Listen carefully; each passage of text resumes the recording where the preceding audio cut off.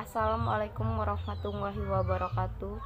Puji dan syukur kehadiran Allah Subhanahu wa Ta'ala dan rahmat dan hidayahnya yang sehingga saya dapat menyelesaikan tugas makalah saya yang berjudul tentang pengawasan dan monitoring pusat sumber belajar. Saya Dini Andriani dari kelas 6 MPIC akan menjelaskan apa itu pengawasan dan monitoring pusat sumber belajar.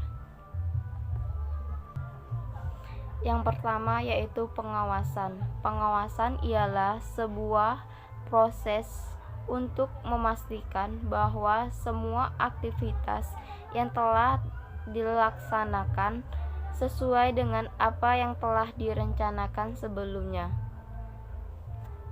Ada banyak alasan untuk menentukan penyebab kegagalan suatu organisasi atau keberhasilan organisasi lainnya.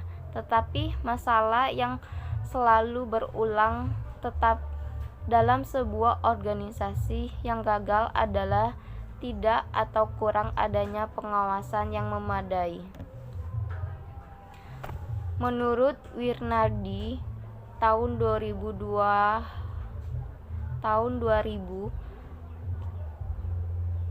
pengawasan adalah semua aktivitas yang dilaksanakan oleh pihak manajer dalam upaya memastikan bahwa hasil aktual sesuai dengan hasil yang direncanakan. Sedangkan menurut Baswasta pada tahun 1096, pengawasan merupakan fungsi yang menjamin sebuah kegiatan-kegiatan dapat memberikan hasil seperti yang diinginkan. Konsep pengawasan dari Mikkel menekankan ada 3 hal, yaitu yang pertama harus adanya rencana atau standar atau tujuan sebagai tolak ukur yang diinginkan. Yang kedua, adanya proses pelaksanaan kerja untuk mencapai tujuan yang diinginkan. Yang ketiga, adanya usaha membandingkan mengenai apa yang telah dicapai dengan standar, rencana, atau tujuan yang telah diterapkan. Yang keempat, melakukan tindakan perbaikan yang diperlukan.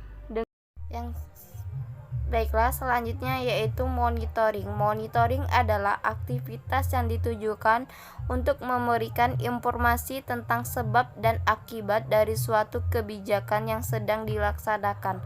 Monitoring dilakukan ketika sebuah kebijakan sedang diimplementasi.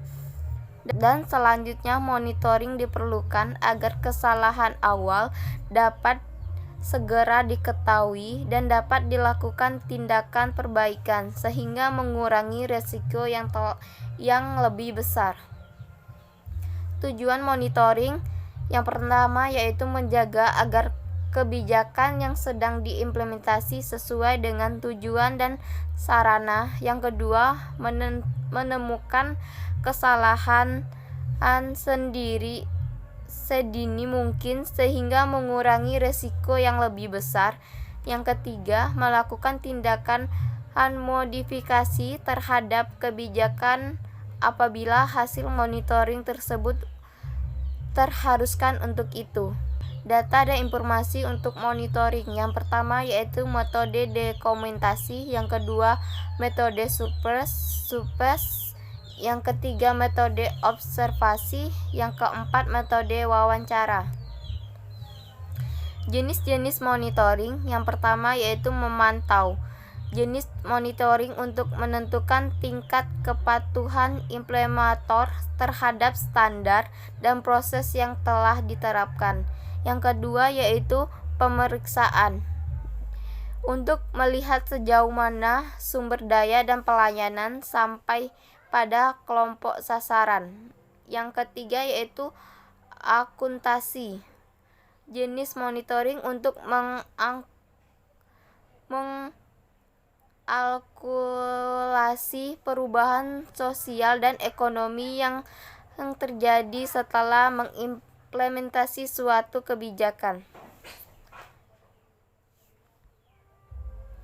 Yang selanjutnya, eksplanasi. Untuk menjelaskan adanya perbedaan antara hasil yang dituju kebijakan. Pendekatan terhadap monitoring yang pertama yaitu akuntansi sistem sosial. Pendekatan monitoring untuk mengetahui perubahan kondisi sosial yang objek dan subjektif dari waktu ke waktu.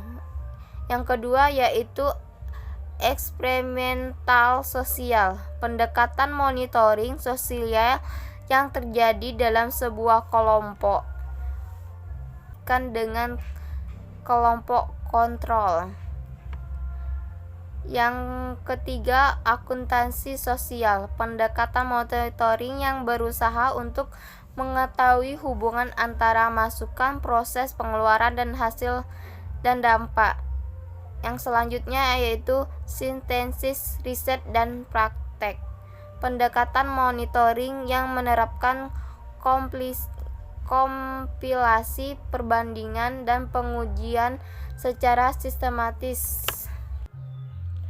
Adapun prinsip-prinsip monitoring sebagai berikut. Yang pertama, monitoring harus dilakukan secara terus-menerus. Yang kedua, monitoring harus menjadi umpan balik bagi perbaikan kegiatan program organisasi. Yang ketiga, monitoring harus memberikan manfaat baik terhadap organisasi maupun terhadap pengguna produk atau layanan. Yang keempat, monitoring harus dapat memotivasi staf dan sumber daya lainnya. Yang kelima, monitoring harus berorientasi pada peraturan yang dilakukan. Yang keenam, monitoring harus berobjektif. Yang ketujuh, monitoring harus berorientasi pada tujuan program.